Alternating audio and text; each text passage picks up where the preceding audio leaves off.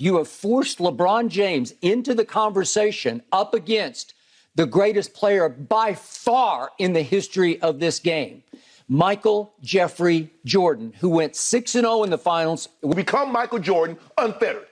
But the moment LeBron James started being great, what do? What's the no knock? He ain't Jordan. He ain't go 6-0. He ain't average 30. He just wins 10 scoring titles. That's what you do. Something Michael Jordan never had to endure. That's what Grant Hill. That's what I've been saying. Welcome to the most explosive basketball debate in sports media history. Skip Bayless versus Shannon Sharpe.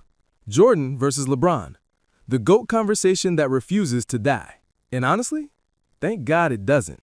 Because what went down on Fox Sports wasn't just a debate, it was a masterclass in sports argumentation. It was two titans of sports media going blow for blow, stat for stat, championship for championship in a verbal heavyweight bout that left no prisoners. Let's break down how these two absolutely demolished each other's arguments. It all began with LeBron James doing what LeBron James does best in 2024, posting on Instagram. But this wasn't just another workout video or wine emoji. This was LeBron reminding the world that between 2015 and 2017, he was damn near perfect from the field. Skip Bayless?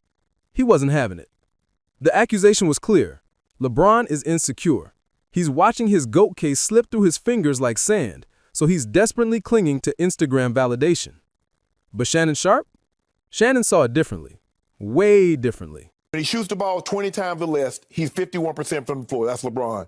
20 to 24 shots, he's 50% from the floor. 25 to 29 shots, he's 50% from the floor. When he takes 30 or more shots, he's 49% from the floor. So that just lets you... Shannon Sharpe came out swinging with numbers that Skip Bayless absolutely did not want to hear. Numbers that don't just tell a story, they rewrite the entire narrative. LeBron James posted on Instagram bragging about his efficiency during a specific 3-year stretch from 2015 to 2017. Skip called it protesting too much. Shannon called it facts. Jordan shot the ball about 23.5 times per game. LeBron James shoots the ball 19.5 times per game. LeBron averages 27 points a game. Jordan averaged 30. So just by simple mathematics, even if you take, he's going to miss the free throws.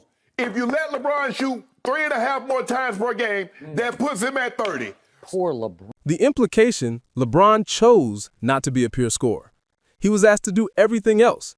He was asked to be Magic Johnson and Michael Jordan rolled into one.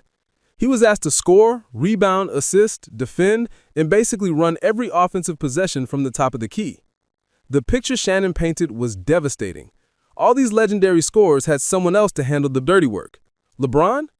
He was the dirty work. Skip's response? Pure theater. Classic Skip Bayless mental gymnastics that somehow make perfect sense in the moment. Basketball is to outscore your opponent, right? Yeah. So Michael Jordan looked at his teammates and he's like, I can score better than any of these guys, Yes. all of them combined. So I'm going to take more shots because I'm going to make more shots. Classic Skip. Turn a statistical disadvantage into a competitive advantage argument. Jordan took more shots because he was that good, not because he had to carry a weaker team. Jordan was the bailout guy, the shot clock savior, the closer. Skip painted Jordan as the ultimate assassin who looked at every possession like a personal challenge. Give me the ball, get out of my way, I'm gonna win this game. But wait, is that actually true? Or is it just mythology wrapped in Air Jordan marketing? Shannon Sharpe systematically dismantled the myth that LeBron had more help than Jordan. And he brought receipts.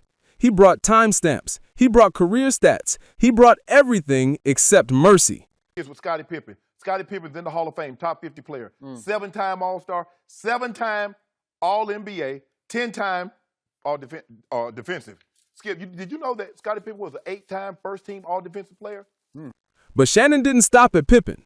He went through the entire Bulls supporting cast like he was reading a hit list. Horace Grant, All-Defensive. Dennis Rodman, 2-time Defensive Player of the Year. Tony Kukoc won 6th Man of the Year. Charles Oakley, 2-time All-Defensive NBA player. And here's the kicker that Shannon delivered with surgical precision. Had an all-star teammate that he played with longer than 4 years. Michael Jordan had 10 years with Scottie. 10 years. LeBron's longest tenure with an all-star teammate? 4 years, with Dwayne Wade in Miami. That's it. Skip fired back with All-Star game appearances, claiming LeBron played with 14 total All-Stars compared to only 6 for Jordan. But Shannon was ready. Be it Pro Bowls, All-Star game in baseball or basketball, is a popularity contest. We've seen Magic Johnson not play in the NBA and be voted to the All-Star game in '92 when it played in. Boom! Shannon pivoted to all NBA teams and all defensive teams. The selections made by writers and coaches who actually watch basketball, not fans voting for their favorite players. All NBA teams, the fan doesn't vote for that. Who votes for All NBA, Skip? The writers. Guys like Skip Bayless and these guys and your former partner Stephen A. that follow these games. So they voted Dennis Rodman all defensive 8 times. They voted Scottie Pippen 10. The message was clear. Jordan had elite two-way players surrounding him for the majority of his championship runs. LeBron? He's been making role players look like all-stars his entire career. Shannon dropped another truth bomb that Skip couldn't dodge. LeBron has played with, made all-star teams without LeBron, either before or after LeBron. Nobody Michael ever played with made the all-star team before or after him. Nobody. So Kevin Love was an all-star in Minnesota. Kyrie Irving became an all-star before LeBron returned to Cleveland. Chris Bosh was an all-star in Toronto. Dwayne Wade was already a Finals MVP before LeBron showed up. But Scottie Pippen never made an all-star team after leaving Jordan. Dennis Rodman? Already established. But Shannon's point was about elevation versus acquisition. Jordan elevated Pippen from a nobody to a top 50 all-time player. LeBron has consistently joined forces with established stars and still gets blamed when things go wrong. Michael Jordan made Scottie Pippen. He certainly made him a top 50 player, and Scottie knows I feel that way, and he does not like it. Skip literally admitted that Jordan elevated his teammates, while simultaneously arguing that LeBron had more help. The cognitive dissonance was real. But Skip had ammunition too. And his most devastating weapon? Free throws. James has missed 1,625 more free throws than Jordan missed. 1,625. Would you believe? Shannon tried to deflect, tried to change the subject, tried to pivot to something else.